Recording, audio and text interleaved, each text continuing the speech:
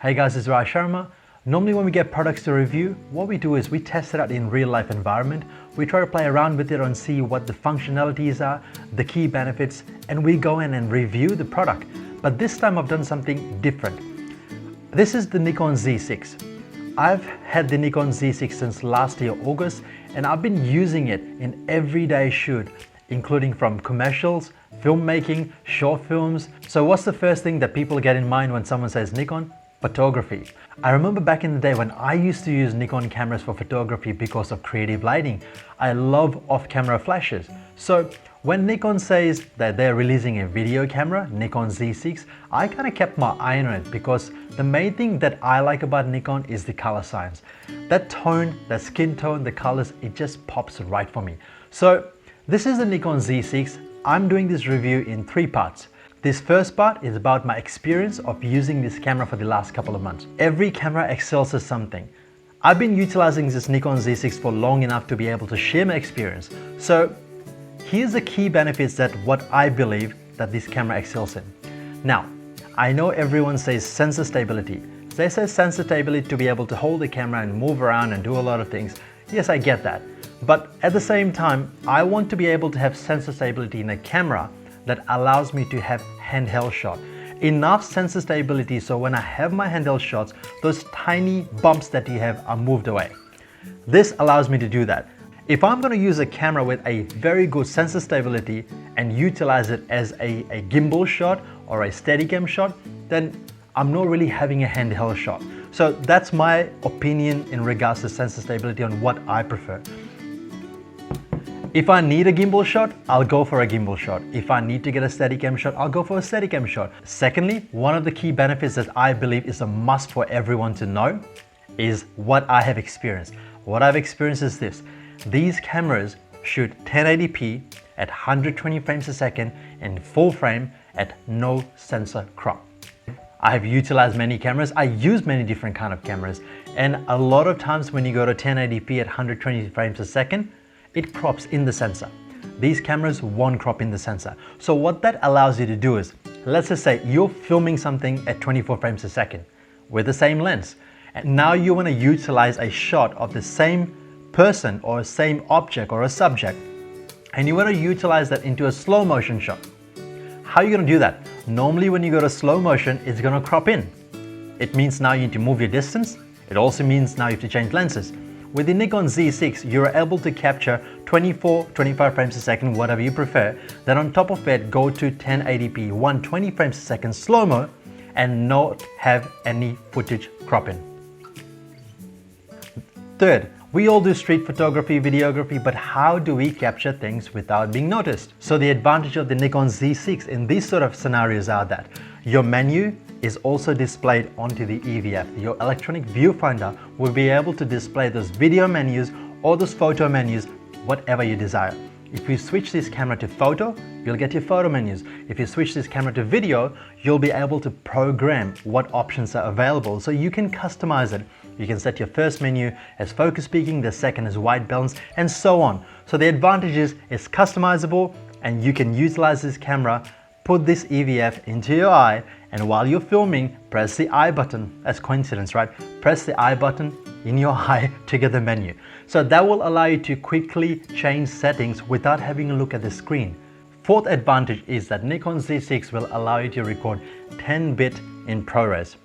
One of the codecs that cinema cameras use is PRORES. Nikon Z6 will allow you to record PRORES in log format. Either you can record in 10-bit PRORES or you can record in 12-bit PRORES RAW.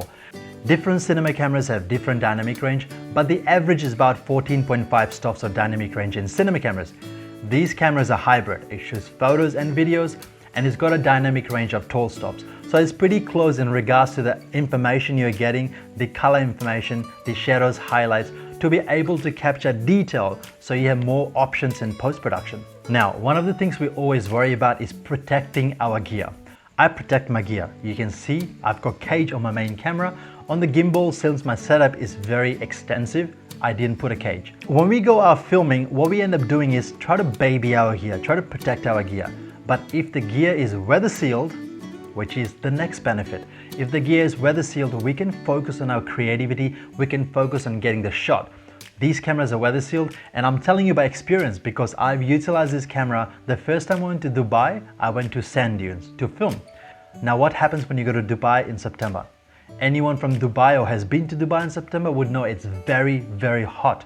Now, at the same time, I was there for the first time and I wanted to create some content. And when we went out there to film, we were there for 6 hours, right? We were there for 6 hours, but I only filmed for 30 minutes. The reason was because we had a mini sandstorm, it was very windy and I could not film. I ended up filming some stuff on gimbal and some stuff on handheld. I was able to achieve decent results, and here's how it looks like.